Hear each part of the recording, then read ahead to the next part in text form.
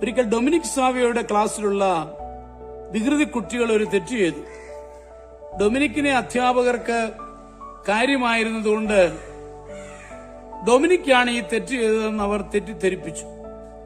എന്ത്, സാവിയോയോ? അവനിൽ നിന്ന് ഇങ്ങനെ ഒരു പ്രശ്നം ഉണ്ടാവുന്നതല്ലോ. പ്രധാന അധ്യാപകൻ സംഭവം അറിഞ്ഞ് ഡൊമിനിക്കിനെ മുറിയിലേക്ക് വിളിപ്പിച്ചു. നിഷ്കളങ്കനായ സാവിയോ ബഹുമാനത്തോടെ അധ്യാപകന്റെ മുൻപിൽ നിന്നു. അദ്ദേഹം ദേഷ്യം കൊണ്ട് വിറച്ചു. സാവിയോ, ഇത്ര വലിയ തെറ്റ് ചെയ്തുകൊണ്ട് നാളെ മുതൽ നീ സ്കൂളിൽ വരേണ്ട. സാവിയോ നടുങ്ങിത്തെറിച്ചു. താൻ ഒരിക്കലും ചെയ്യാത്ത തെറ്റാണിത്. ആ നിമിഷം അവന്റെ മനോമുഖരത്തിൽ ക്രൂശിതനായ ഈശോയുടെ മുഖം തെളിഞ്ഞു. ഒരു തെറ്റുപോലും ചെയ്യാതിരുന്നിട്ടും ക്രിസ്തു കുരിശിലേറി. താൻ സഹിക്കണം, ഇത് സഹിച്ചേ തീരൂ. ഡൊമിനിക്കിന്റെ കണ്ണുകൾ നിറഞ്ഞു.